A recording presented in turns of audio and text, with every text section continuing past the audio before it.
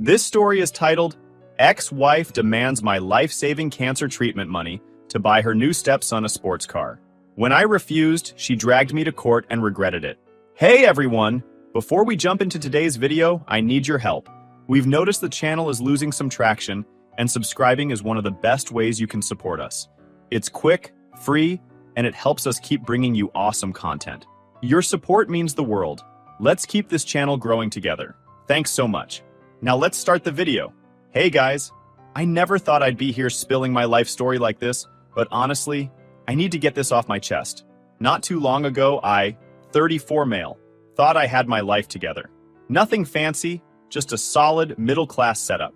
I had a steady job, a little house, and a family that I thought would stick by me no matter what. Turns out, I was way off. I was married to Ashley for almost 10 years. When we first met, she seemed like the whole package. Smart, funny, and knew what she wanted in life. She had this confidence about her that I couldn't resist. We got married after a couple of years, bought a little house in a quiet neighborhood, and thought we'd build a life together. A few years in, we had our daughter, Lily. She's 6 now, and honestly, she's the best thing that's ever happened to me. Being her dad is the one thing I know I've done right. Ashley and I weren't perfect, but I thought we had a good thing going. Sure, she could be demanding at times, but who isn't, right? I figured it was just normal married life stuff. Then, about a year ago, I started feeling off. I was tired all the time, like I couldn't shake this constant exhaustion. At first, I blamed work. I'd been putting in a lot of hours, trying to save up for Lily's future. But then I started losing weight and getting weird aches. Long story short, I ended up at the doctor's, and they hit me with the big C, cancer. Hearing that word felt like everything just froze. I barely remember what the doctor said after that. Something about treatments, survival rates, and how it wasn't going to be easy. I just sat there, numb. Ashley was with me, and I thought she'd be my rock through this. I mean, that's what marriage is about, right? Sticking together when life gets tough. That's what I thought. At first, she seemed supportive. She said all the right things. We'll get through this. You're strong, blah, blah, blah. But looking back, I think she was just going through the motions. She stopped asking questions about my appointments and started spending more time out of the house. I thought maybe she was just stressed. I mean, who wouldn't be? So I tried to give her space, thinking she'd come around. She didn't. One night, she sat me down and said, "I can't do this." Just like that. She said she wasn't cut out for a life with a sick husband. She wanted someone healthy, who could still provide for her and Lily. I didn't even know what to say. I just sat there, stunned. She was calm. Too calm. Like she'd rehearsed it or something. Then she just let it all out. She wanted a divorce. Within weeks, she was gone. She took Lily, emptied our savings account, and left me with the house and the bills. The divorce process was brutal. She hired some big-shot lawyer who wiped the floor with me. I ended up losing almost everything. Our savings, joint accounts, and even had to pay $1,200 a month in child support. I didn't fight the child support because honestly, Lily's my world, and I'd do anything for her. But still, it felt like a punch to the gut. So there I was, sitting in an empty house, trying to figure out how I was going to handle cancer treatments, pay child support, and keep the lights on. Ashley didn't care. She was off living her new life, like I didn't even exist anymore. And the worst part is, she didn't even try to hide her reasons. She told me flat out, "I need a fresh start. I can't be tied down to this." Like I was some broken thing she needed to get rid of. Looking back, I realized there were warning signs. Ashley always had a way of making things about her. If I was sick with a cold, she'd complain about picking up the slack. If I worked late, she'd grumble about me not being around enough. But I loved her, so I brushed it off. I thought it was just how she was, and I didn't want to make a big deal out of it. After she left, I was stuck trying to figure out what to do next. I had cancer treatments to start, bills piling up, and no idea how I was going to make it all work. It felt like my whole world had been turned upside down. But one thing I knew for sure, I wasn't going to let cancer or Ashley take me down without a fight. And that's where it all started. The first few weeks after the divorce were rough. Bills started piling up. Mortgage payments, utilities, medical expenses. My health insurance wasn't terrible, but the copays for chemo and other treatments added up fast. Plus, I still had to send Ashley the monthly child support, which was pretty much my entire paycheck after everything else. I tried not to think about how she'd taken all our savings and left me with nothing but this house. I started treatment not long after the divorce was finalized. Let me tell you, chemo is no joke.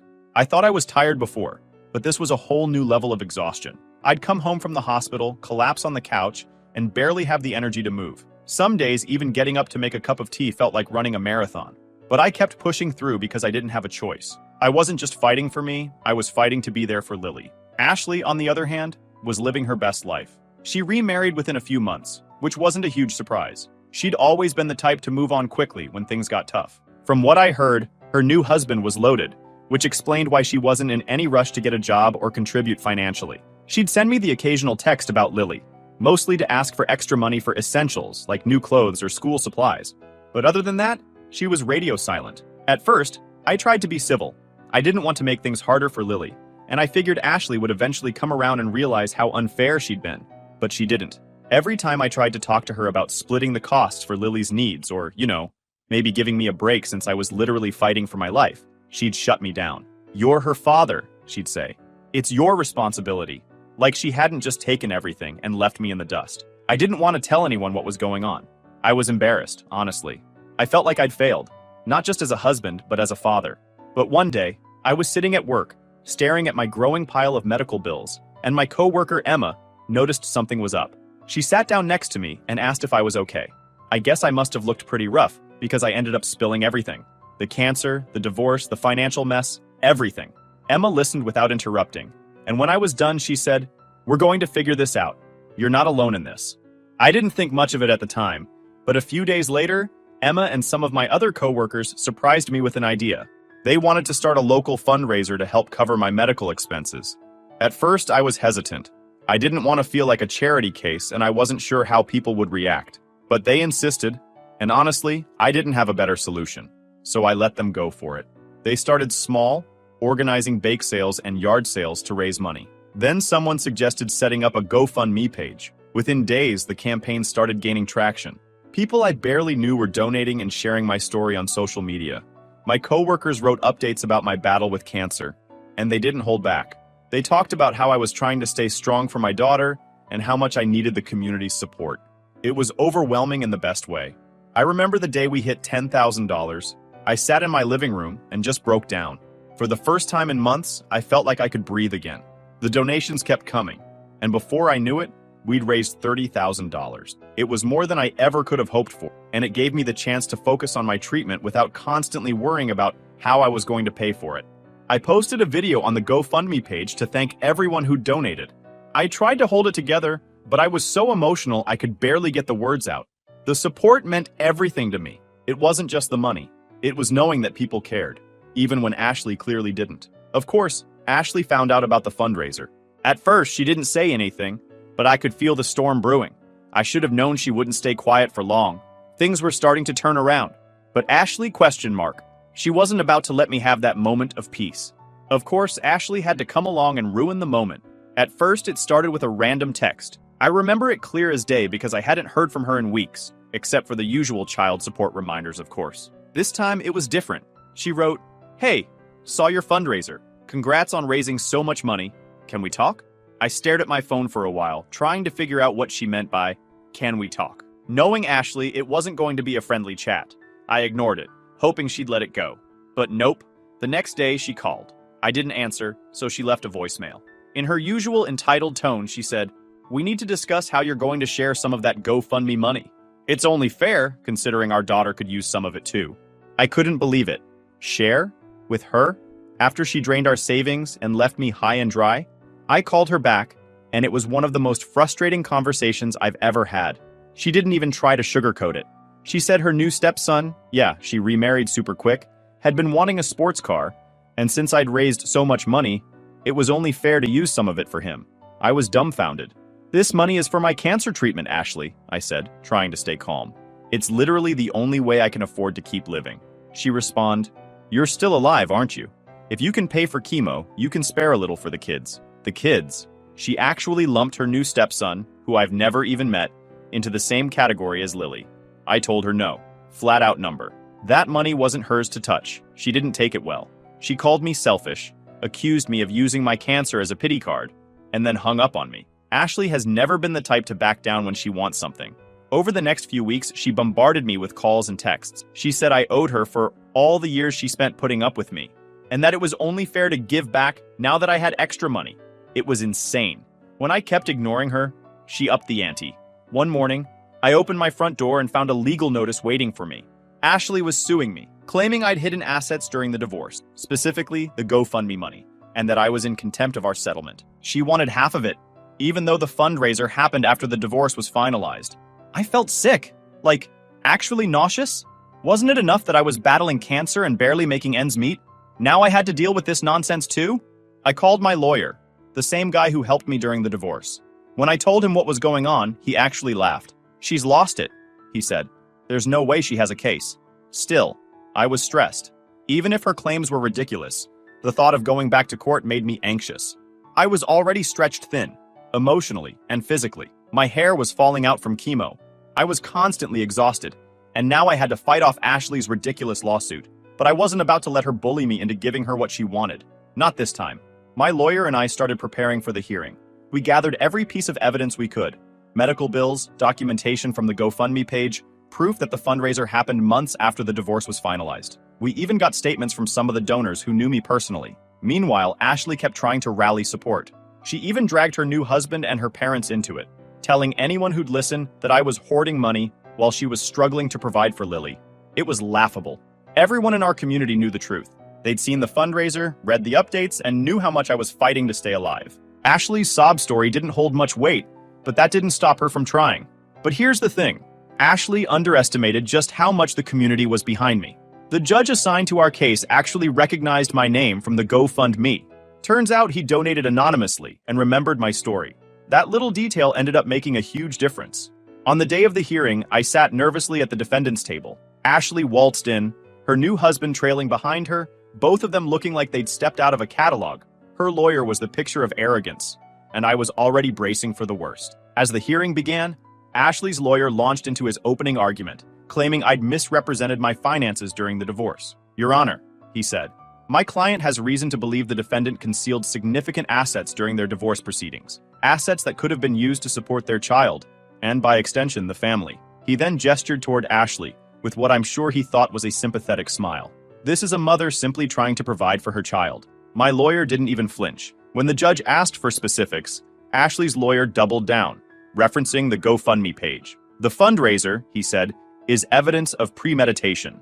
It's clear the defendant anticipated this financial windfall and kept it hidden to avoid fair division during the settlement." The judge was looking skeptical. "You're claiming he planned to get cancer to raise money for treatment?" he asked, his tone neutral, but his expression anything but. There was an awkward silence. Ashley's lawyer stumbled over his words. Not exactly, Your Honor, but..." The judge cut him off. "Let's move on. What proof do you have that these funds were hidden assets?" But then Ashley herself jumped in, clearly frustrated. "He's using Lily to get sympathy," she snapped. "He mentioned her in the fundraiser. That means the money is for the family, not just him." The judge's eyebrows shot up. "So you're saying," he began, "that donations made specifically to cover cancer treatments should be considered marital property? Because your ex-husband mentioned your daughter?" Ashley nodded, arms crossed like she was certain she'd just made the winning argument. That's when she brought up the sports car. "And honestly," she added, "it's not just about me. My stepson deserves something too. He's been dreaming of a sports car for years." The room fell silent for a moment, and then a muffled laugh broke the tension. Someone in the back of the courtroom actually snorted, and I couldn't blame them. "Let me clarify," the judge said. "Are you suggesting that donations meant to cover life-saving medical treatment should be redirected to purchase a luxury vehicle for your new spouse's child?" Ashley stammered, clearly caught off guard. I'm just saying, family comes first. And he's been getting so much sympathy, it's not fair." My lawyer, still calm, turned to the judge. "Your Honor, this is exactly the type of frivolous and exploitative behavior we've been dealing with," he said. "Every piece of evidence, from the timeline to the donation records, proves this money was raised after the divorce, and for a singular purpose: my client's survival. To suggest otherwise is not only baseless, but offensive to everyone who donated in good faith." By the time my lawyer finished, the judge was visibly unimpressed with Aseli's case. He turned to her lawyer. "Do you have any concrete evidence to support these claims? Or are we done here?" They didn't have anything to add. Then, after weeks of stressing, the day of the verdict finally came. I barely slept the night before. Chemo had been kicking my ass. And on top of that, I kept replaying all the possible outcomes in my head. What if the judge actually bought Ashley's nonsense? What if I lost the money that was literally keeping me alive? By the time I got to the courthouse, I was running on fumes. Ashley, on the other hand, walked in like she owned the place. She had her new husband with her, dressed to the nines, and she kept giving me these smug little glances, like she already knew she'd won. I avoided eye contact because honestly, I wasn't in the mood to deal with her theatrics. My lawyer, though, he was calm as ever. "Trust me," he said. "She doesn't have a leg to stand on." The judge wasted no time getting started. He recapped the situation. Ashley was suing me for half of the GoFundMe donations, claiming they were hidden assets from the divorce. My lawyer immediately pointed out that the timeline didn't add up. The divorce had been finalized months before the fundraiser even started. He presented the GoFundMe page, complete with timestamps, and read a few of the comments from donors, who explicitly said the money was for my treatment. Ashley's lawyer tried to argue that the donations should still count as shared assets because they were based on my sob story, which she claimed included our daughter. According to them, since Lily was part of my story, Ashley was entitled to a cut. It was a ridiculous argument, but they really leaned into it. That's when the judge spoke up. "So you're saying," he said, "that donations made specifically for cancer treatment should be treated as marital property because the defendant mentioned his daughter?" His tone was calm, but you could tell he wasn't buying it. Ashley, of course, couldn't help herself. She jumped in saying, "He's using Lily to get sympathy. If he has that much money, he should be helping his family, not hoarding it for himself." I could feel my blood boiling, but I kept my mouth shut. My lawyer handled it perfectly. He calmly explained how every cent of the donations had gone, or was planned to go, toward medical bills, medications, and other treatment-related expenses. He even presented a breakdown of my insurance coverage, showing the massive gaps I still had to pay out of pocket.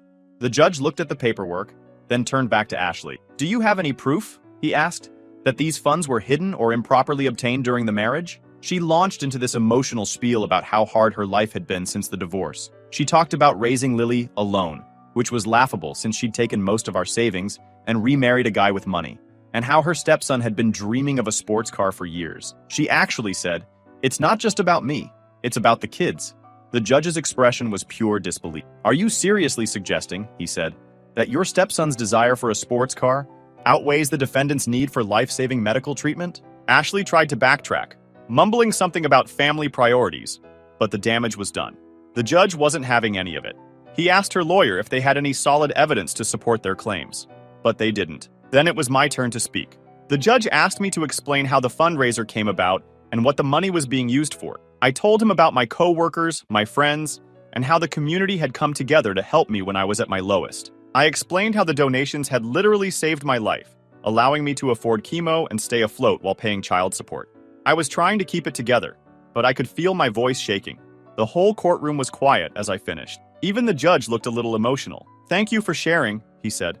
"It's clear that these funds were given in good faith for a specific purpose." When it was time for the ruling, I was holding my breath. The judge didn't drag it out.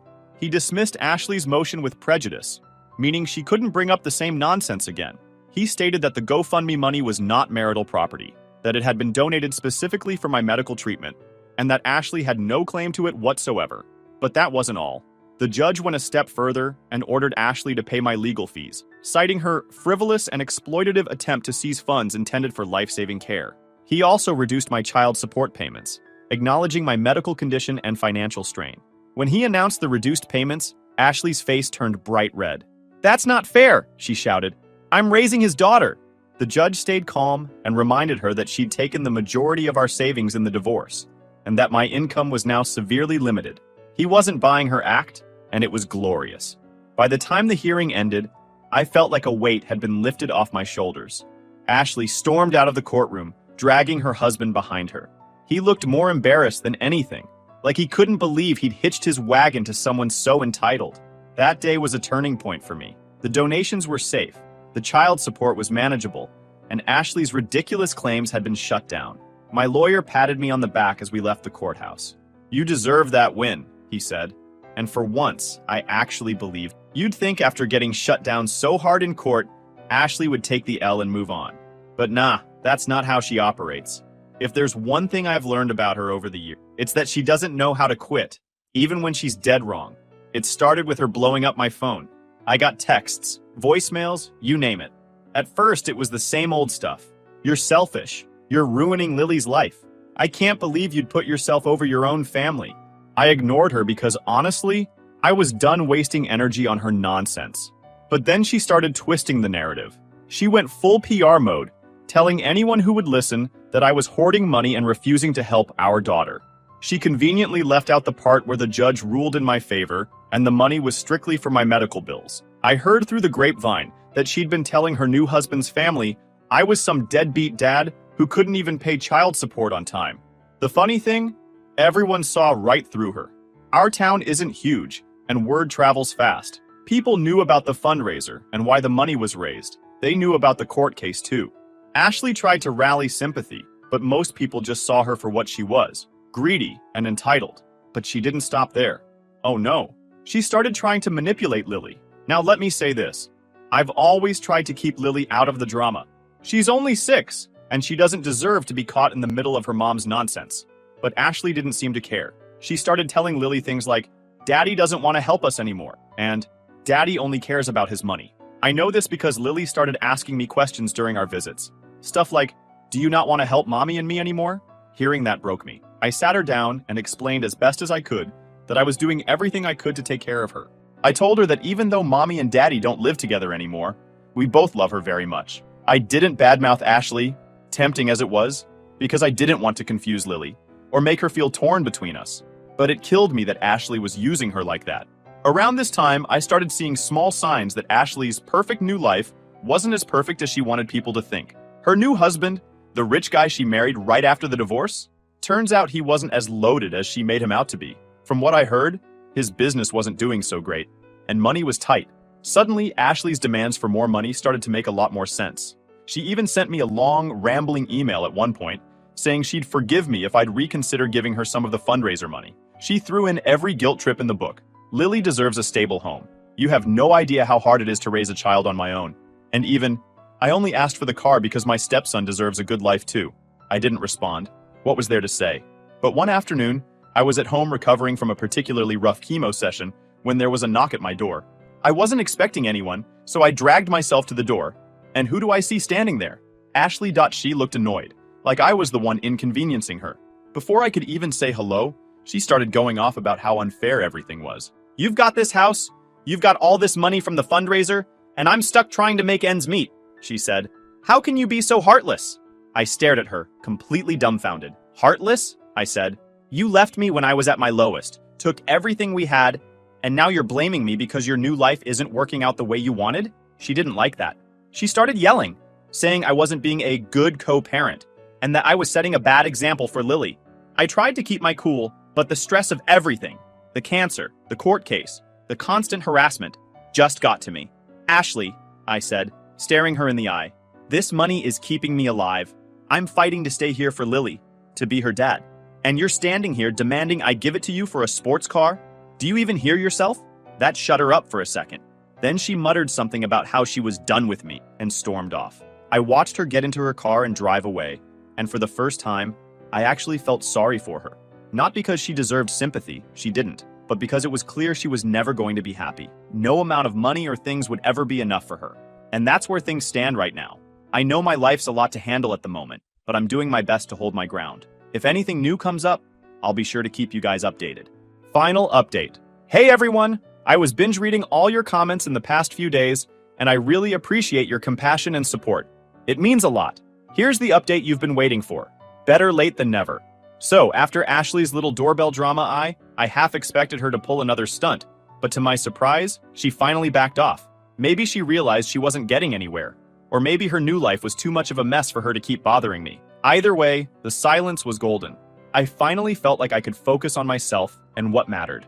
Getting through my treatments and being there for Lily. The donations from the GoFundMe covered a huge chunk of my medical expenses, which was a massive weight off my shoulders. Between chemo, medications, and the extra costs that insurance didn't cover, I would have been buried without that money.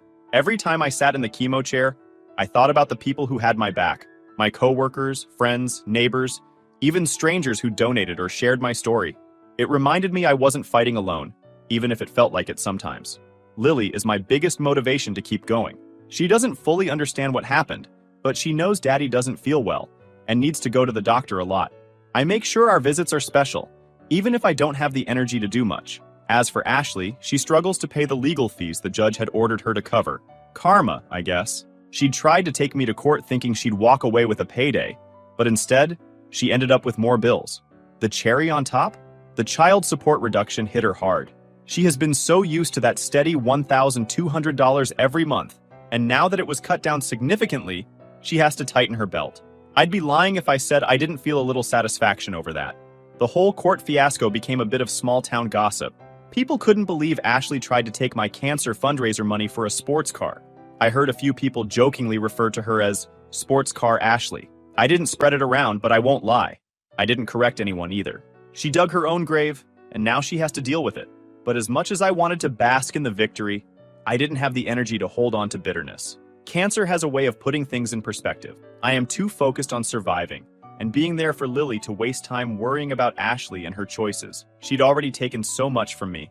I am not going to let her take any more headspace. Lately, my treatments are starting to show results. It's not easy. Chemo is brutal, and there are days I feel like giving up. But every time I look at Lily's picture on my nightstand, I find the strength to keep going. Slowly, I am starting to feel a little better. My doctors are cautiously optimistic, which is the first good news I heard in a long time. My coworkers and friends stayed supportive throughout the whole ordeal.